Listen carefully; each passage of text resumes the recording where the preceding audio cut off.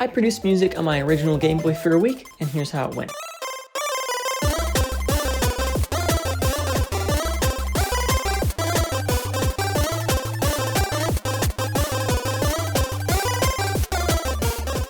Hello everybody, my name is disuko and welcome back to another video. As I said in this video, I will be exploring and getting my thoughts on chiptune music production on the Nintendo Game Boy.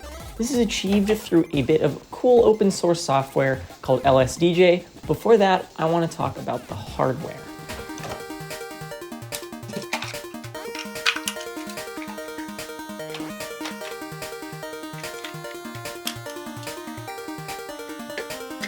The Game Boy shipped with this little chip as its brain, the DMG CPU-B. This CPU also served as the Game Boy's audio processing unit, including a built-in programmable sound generator. The PSG has 4 channels, 2 pulse waves, which are essentially just square waves with adjustable duty cycles, 1 wave channel, where audio engineers could program in their own wave shapes for use in custom instruments, sound effects, or sometimes even recorded audio. And finally, the noise channel, with an atonal sound that can be used for drums and percussive elements. Now, the Game Boy only came with 1 speaker, so most games mixed their music in mono, but if you wanted the extra output channel, you could plug in headphones to hear the left and right panning that each channel supported. Obviously, the Game Boy's audio capabilities aren't very advanced, compared to not only modern standards, but the standards of the time as well. Nonetheless, as seen all throughout history, creativity thrives under limitations, and the Game Boy to this day fosters one of the largest chiptune communities around. Let's check that out.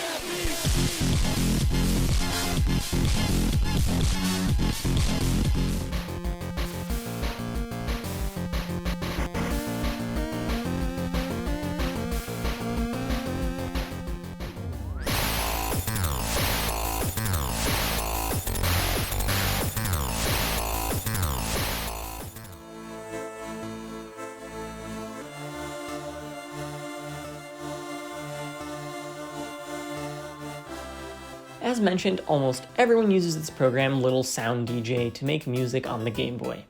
As you can see, each channel is displayed vertically with blocks going down each column to hold chains. By switching screens over from song view, we can check out the chain view, where short one-measure phrases can be chained together to form melodies, drum beats, or chord progressions. Each phrase can be transposed up and down to efficiently use the limited memory. Phrases can contain notes, obviously, but also have another column for commands, allowing for effects such as pitch modulation, stereo output controls, and vibrato. You can also change which instrument the current channel is using with this middle column. Tabbing over one more time, we can see the instrument window, where each channel can be shaped to make almost whatever sound you want. There's even rapidly firing tables where commands can be fired off in quick succession to really get fine control over sounds. Big sneeze. Now, this is the first time that you're hearing about LSDJ. It probably seems pretty complicated, and honestly that's because it is. Even after the couple of weeks I've been experimenting with it, I'm still just a beginner, as evident by the first thing I created. Since I downloaded LSDJ, put it on my flash card, and put it in my Game Boy, I've completed a grand total of 1 song. Alright, since recording the last section of this video, it's been a while. I've learned quite a lot. I've continued using LSDJ, and this is the track that I've spent most of my time on. It is called Raspberry Fields, and it is the chiptune version of a song that I made a while back and released that was called Raspberry Fields.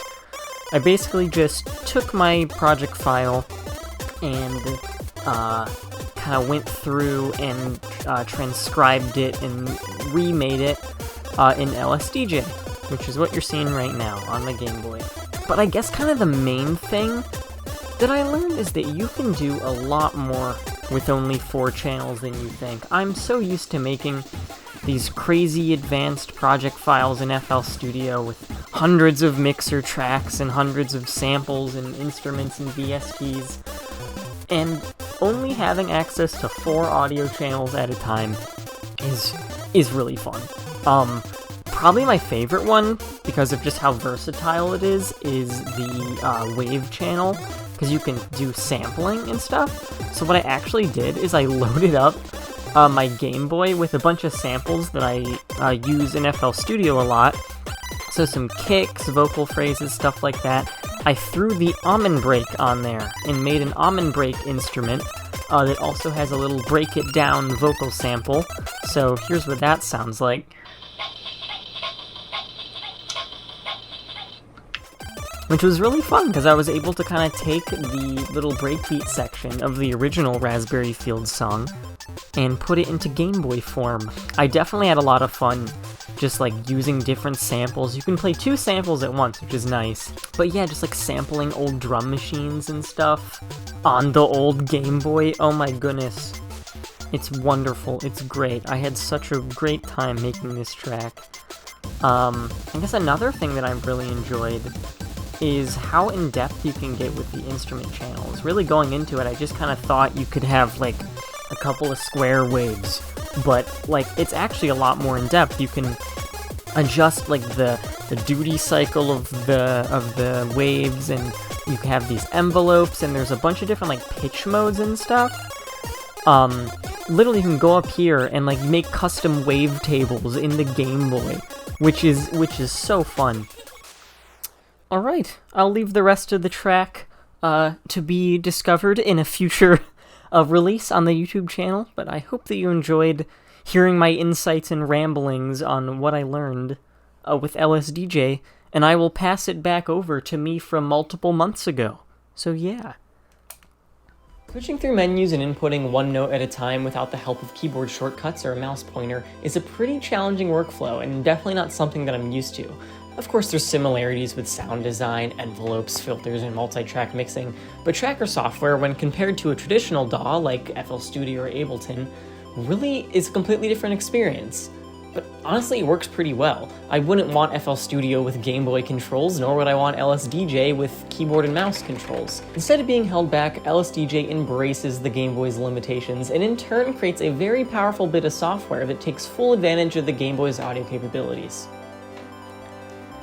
Using the DMG as an audio production device has been a blast so far, and I can't wait to keep using it in the future. I've even integrated it into a live performance, which is awesome, and I will definitely be using it both on its own and in combination with the rest of my gear in the future.